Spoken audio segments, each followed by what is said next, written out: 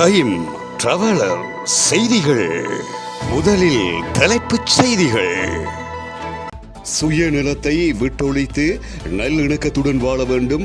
ஹஜ் பெருநாள் வாழ்த்து செய்தியில் ஜனாதிபதி தெரிவிப்பு.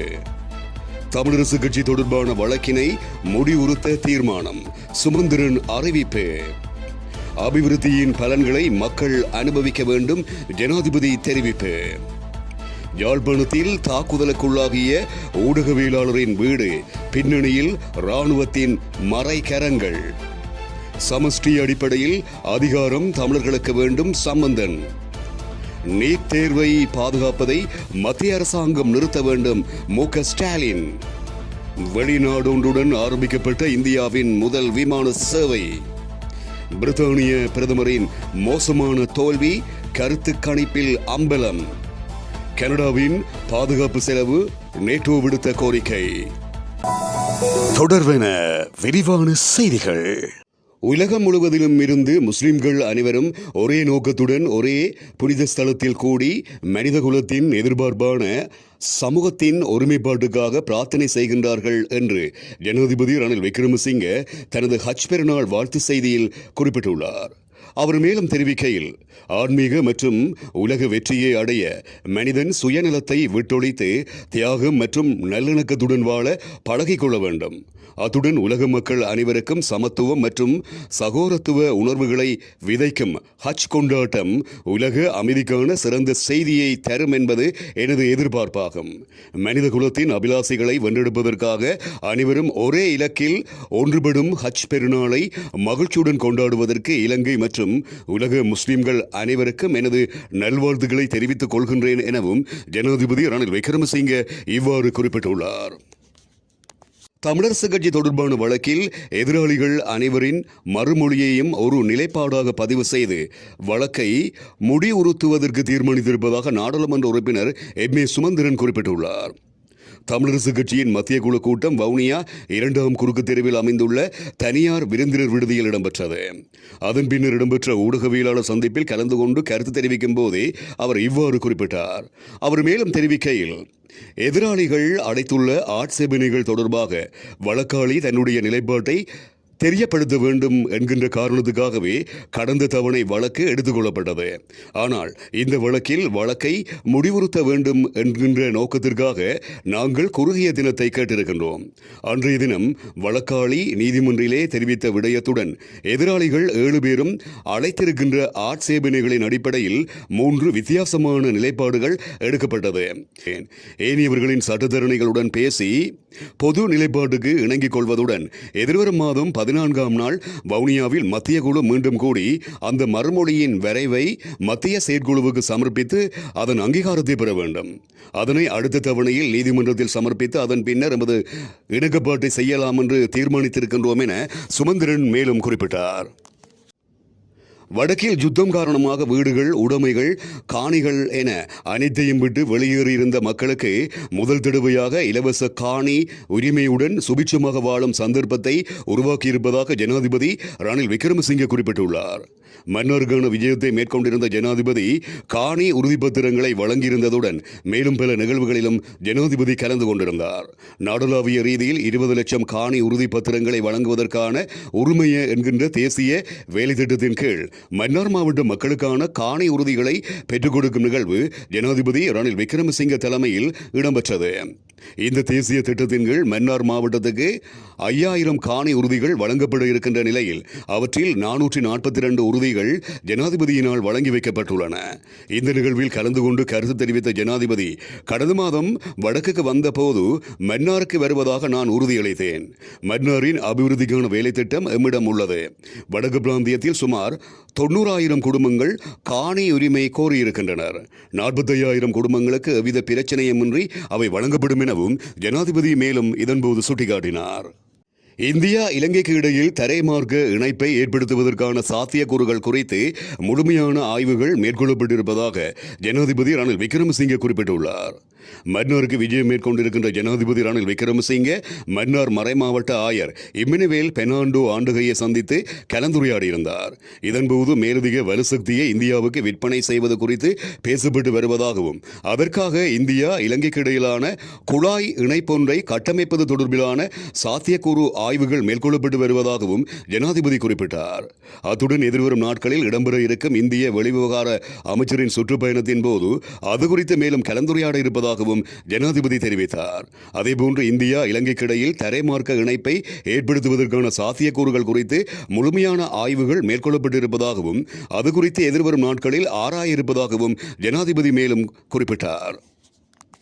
யாழ்ப்பாணத்தில் ஊடகவியலாளரின் வீடு தாக்குதலுக்குள்ளாகி 3 நாட்களாகியும் இதுவரை எவரும் காவல்துறையினர் கைது செய்யவில்லை என நாடாளுமன்ற உறுப்பினர் சிவஞானம் ஸ்ரீதரன் குற்றம் சாட்டியுள்ளார்.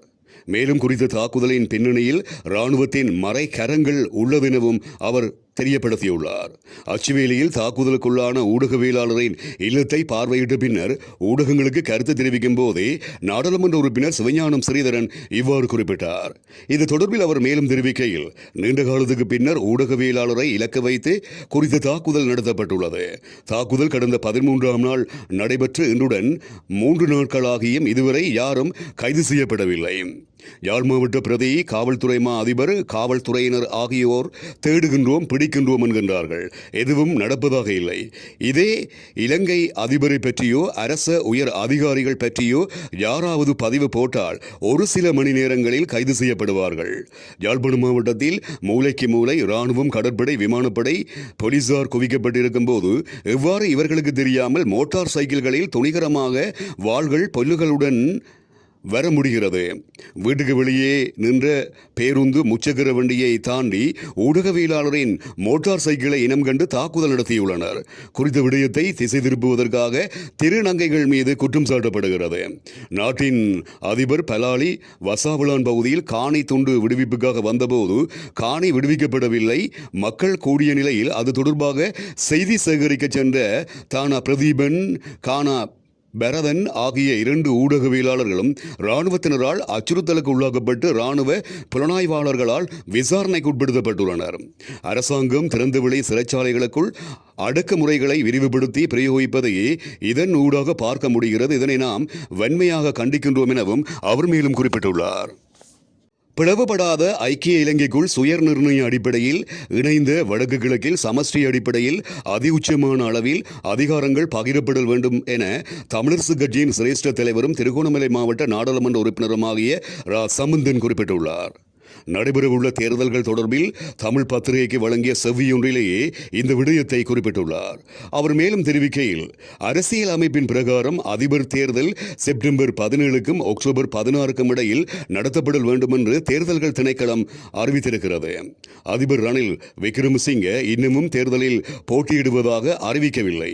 சஜித் பிரேமதாசாவும் அனுரகுமார திசாநாயக்காவும் தாங்கள் போட்டியிடுவதாக தெரியப்படுத்தியிருக்கின்றார்கள். தேர்தல் அறிவிக்கப்பட்டு போட்டியிடுகின்ற பிரதான வேட்பாளர்கள் தங்களுடைய நிலைப்பாடுகளை வெளிப்படுத்தியதன் பின்னர் உறுதியான முடிவொன்றுக்கு வர முடியும். தற்போது அனைத்து கருமங்களையும் அவதானத்தில் கொண்டுள்ளோம். சுய நிர்ணயம் தமிழ் மக்களின் பிரச்சனைகளுக்கான தீர்வாக எவ்விதமான விடயங்களையும் கருமங்களையும் முன்வைக்கப் போகின்றார்கள் என்பதை தமது தேர்தல் விஞ்ஞாபனங்களில் இவர்கள் வெளிப்படுத்த வேண்டும். தமிழ் மக்கள் பாரம்பரியமாக வடக்கு கிழக்கில் வாழ்ந்து வருகின்றார்கள். ஆகவே அவர்கள் உள்ளக சுய நிர்ணயத்துக்கு உரித்துடையவர்கள். இதன் அடிப்படையில் பிரிக்க முடியாத பிளவுபடாத ஐக்கிய இலங்கைக்குள் சுய நிர்ணய அடிப்படையில் இணைந்த வடக்கு கிழக்கில் சமஷ்டி அடிப்படையில் அதிஉச்சமான அளவில் அதிகாரங்கள் பகிரப்பட்டு அவை மீளப்பெறப்படாத வகையில் உறுதி செய்யப்பட வேண்டும். இந்த விடயத்தினை தலைவர்கள் தமது தேர்தல் விஞ்ஞாபனங்களில் தெளிவுபடுத்த வேண்டும். அது மட்டுமின்றி தென்னிலங்கை சிங்கள மக்களிடத்திலும் அந்த விடயத்தினை முன்வைத்து தெளிவுபடுத்த வேண்டும் எனவும் அவர் மேலும் தெரியப்படுத்தியுள்ளார். சமூக நீதி, ஏழைகளுக்கு எதிரான நீட் தேர்வை பாதுகாப்பதை மத்திய அரசாங்கம் நிறுத்த வேண்டும் என தமிழக முதலமைச்சர் மு.க. ஸ்டாலின் குறிப்பிட்டுள்ளார். அறிக்கை ஒன்றின் ஊடாக இதனை தெரிவித்திருக்கின்ற அவர் நீட் தேர்வை சுற்றி இடம்பெற்று வரும் சர்ச்சைகள் அதன் சமத்துவமின்மையை எடுத்துக்காட்டுவதாகவும் சுட்டிக்காட்டியுள்ளார். மேலும் பல்லாயிரம் ஆண்டுகளாக கல்வி மறுக்கப்பட்ட சமுதாயத்தில் ஒடுக்கப்பட்டோரின் முன்னேற்றத்திற்கு நாம் அதிக வாய்ப்புகளை வழங்க வேண்டும் எனவும் மு.க. ஸ்டாலின் குறிப்பிட்டார். ஆனால் அதற்கு மாறாக அத்தகைய மாணவர்களின் வாய்ப்பை நீட் என்கின்ற தேர்வு பறிப்பதாக மு.க. ஸ்டாலின் குற்றம் சாட்டியுள்ளார். நீட் முறைகேடு தொடர்பாக குஜராத் போலீசார் வழக்கு பதிவு செய்திருப்பதாகவும் அவர் தனது அறிக்கையில் இதன்போது சுட்டிக்காட்டியிருக்கின்றார். மேலும் தகுதியின் அளவாக கருதப்படும் நீட் தேர்வு சமூகத்தின் அனைத்து மட்டங்களையும் பாதிக்கும் ஒரு பரவலான மோசடியாக மீண்டும் தன்னை வெளிப்படுத்தியிருப்பதாகவும் மு.க. ஸ்டாலின் குறிப்பிட்டார். எனவே மாணவர் விரோத சமூக நீதி ஏழைகளுக்கு எதிரான நீட் தேர்வை பாதுகாப்பதை மத்திய அரசாங்கம் நிறுத்த வேண்டும் என மு.க. ஸ்டாலின் தனது அறிக்கையில் வலியுறுத்தியிருக்கின்றமை இங்கு குறிப்பிடத்தக்கது. இந்தியாவின் தலைநகர் புதுடில்லி மற்றும் கம்போடியாவின் தலைநகர் பினோம் பென்னுக்கும் இடையே முதல் முறையாக நேரடி விமான சேவை ஆரம்பிக்கப்பட்டுள்ளது. குறித்த விமான சேவையை கம்போடியாவின் துணை பிரதமர் நெட் சவோன் மற்றும் கம்போடியாவுக்கான இந்திய தூதுவர் தேவயானி ஹோப்லஹாடே ஆகியோர் தொடக்கி வைத்தனர். அதன்படி கம்போடியா அங்கோர் ஏஆர் என்கின்ற விமான சேவை நிறுவனத்தால் இரு நாடுகளுக்கும் இடையில் வாரத்துக்கு 4 விமான சேவைகள் இயக்கப்படும் எனவும் அறிவிக்கப்பட்டிருக்கிறது. பிரித்தானியாவின் முதல் இந்திய வம்சாவளி பிரதமரான ரிஷி சுனக் எதிர்வரும் தேர்தலில் தோல்வி அடைவார் என கருத்து கணிப்புகள் ஊடாக தெரிய வந்துள்ளது. அதன்படி ரிஷி சுனக் தலைமையிலான கன்சர்வேட்டிவ் கட்சி இந்த முறை பாரிய பின்னடைவை சந்திக்கும் எனவும் தெரிவிக்கப்பட்டிருக்கிறது. அண்மையில் மேற்கொள்ளப்பட்ட கருத்து கணிப்பு ஒன்றில் ஜூலை 4ஆம் நாள் நடைபெறவுள்ள தேர்தலில் பிரதமர் மோசமாக தோல்வி அடைவார் என கணிக்கப்பட்டுள்ளது. குறித்த கணக்கெடுப்பில் தொழிலாளர் கட்சிக்கு ஆதரவு 46%, கன்சர்வேட்டிவ் கட்சிக்கு 4 புள்ளிகள் குறைந்து 21% மட்டுமே ஆதரவு காணப்படுகிறது. சந்தை ஆராய்ச்சி நிறுவனமான சவண்டா ஜூன் 12 முதல் ஜூன் 14 வரை இந்த கருத்து கணிப்பை மேற்கொண்டிருக்கிறது. கனடாவின் மொத்த உள்நாட்டு உற்பத்தியில் 2% பாதுகாப்பு செலவுகளுக்காக ஒதுக்கீடு செய்யுமாறு நேட்டோ அமைப்பு கோரியுள்ளது. அதன்படி கனடாவின் பாதுகாப்பு செலவுகள் அதிகரிக்கப்படும் என்று கனடிய பாதுகாப்பு அமைச்சர் பில் பிளேயர் குறிப்பிட்டுள்ளார். அதுடன் 2 தசாப்தங்கள் பூர்த்தியாக முன்னரே நேட்டோ அமைப்பின் ஆலோசனைகளுக்கு அமைய பாதுகாப்பு செலவுகள் அதிகரிக்கப்படும் என அவர் வலியுறுத்தியுள்ளார். எதிர்வரும் 2029ஆம் வருடம் அளவில் கனடாவின் மொத்த பாதுகாப்பு செலவுகள் மொத்த உள்நாட்டு உற்பத்தியில் 1.75% அதிகரிக்கப்படும் எனவும் அமைச்சர் இதன்போது சுட்டிக்காட்டினார். எவ்வாறாக இருப்பினும் கனடிய அரசாங்கம் ஏற்கனவே கண்காணிப்பு விமானங்கள் மற்றும் உலங்கு வானூர்திகளை கொள்வனவு செய்ய தீர்மானித்திருப்பதாகவும் தெரிவிக்கப்படுகிறது. இத்துடன் டைம் டிராவலர் செய்திகள் நிறைவடைகின்றன.